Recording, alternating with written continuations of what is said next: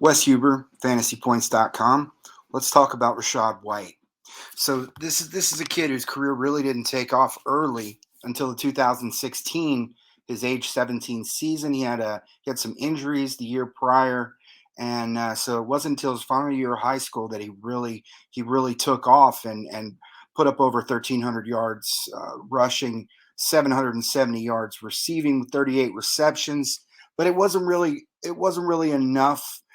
22 touchdowns, but it wasn't enough to draw a lot of attention. So we ended up going to Division II University of Nebraska at Kearney. He sat out that year, redshirt. Then he transferred over to Mount San Antonio College, where he paid his own tuition.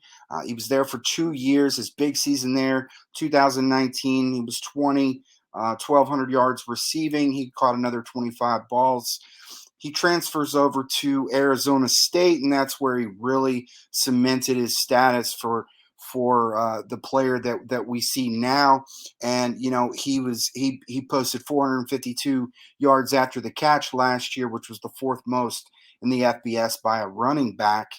So at the combine, I met this kid. He just brewing intelligence, very very calm and just seems like a really good kid. Measured it in the 80th percentile, big oven mitt, 71st percentile hands. Then he went out and posted a 63rd percentile 40, 70th percentile vertical, 73rd broad. I mean, just love everything he did at the combine.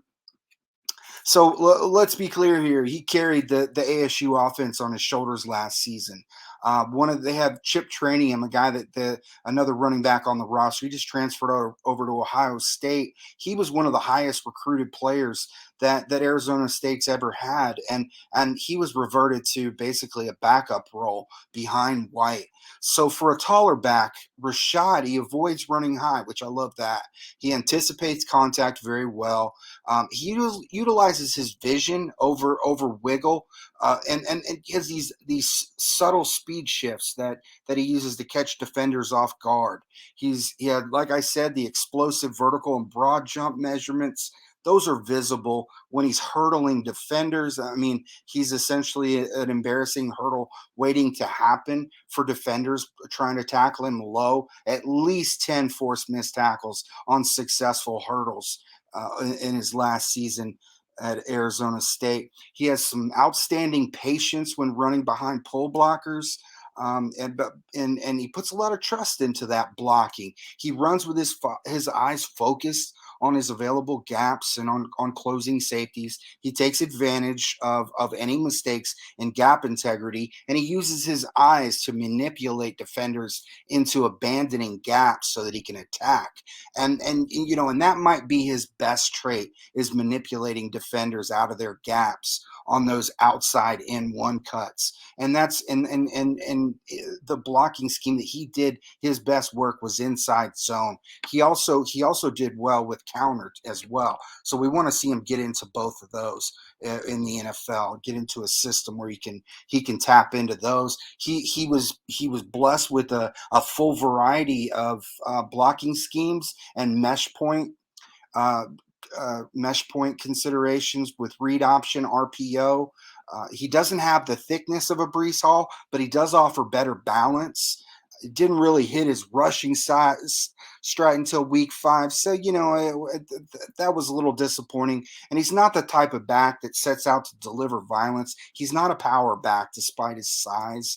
He may not be and likely isn't going to be the type of back that his future team is going to want to utilize at the goal line. However, we flip the focus to White catching the ball, and we see the full picture come into view. He may not be the most impressive running back in this class on the ground. His receiving ability truly sets him apart. He showcases more wiggle as a receiver than he does as a runner. A natural feel for catching the ball, sharp route running technique.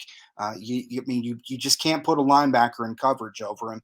And I mean, he's the kind of guy that you can line up in the slot, and he's going to be effective. I saw a lot of shades of Alexander Madison in his game, but I think the overall comp that I came away with, based factoring his size, his athleticism tape, his collegiate production was Kenyon Drake.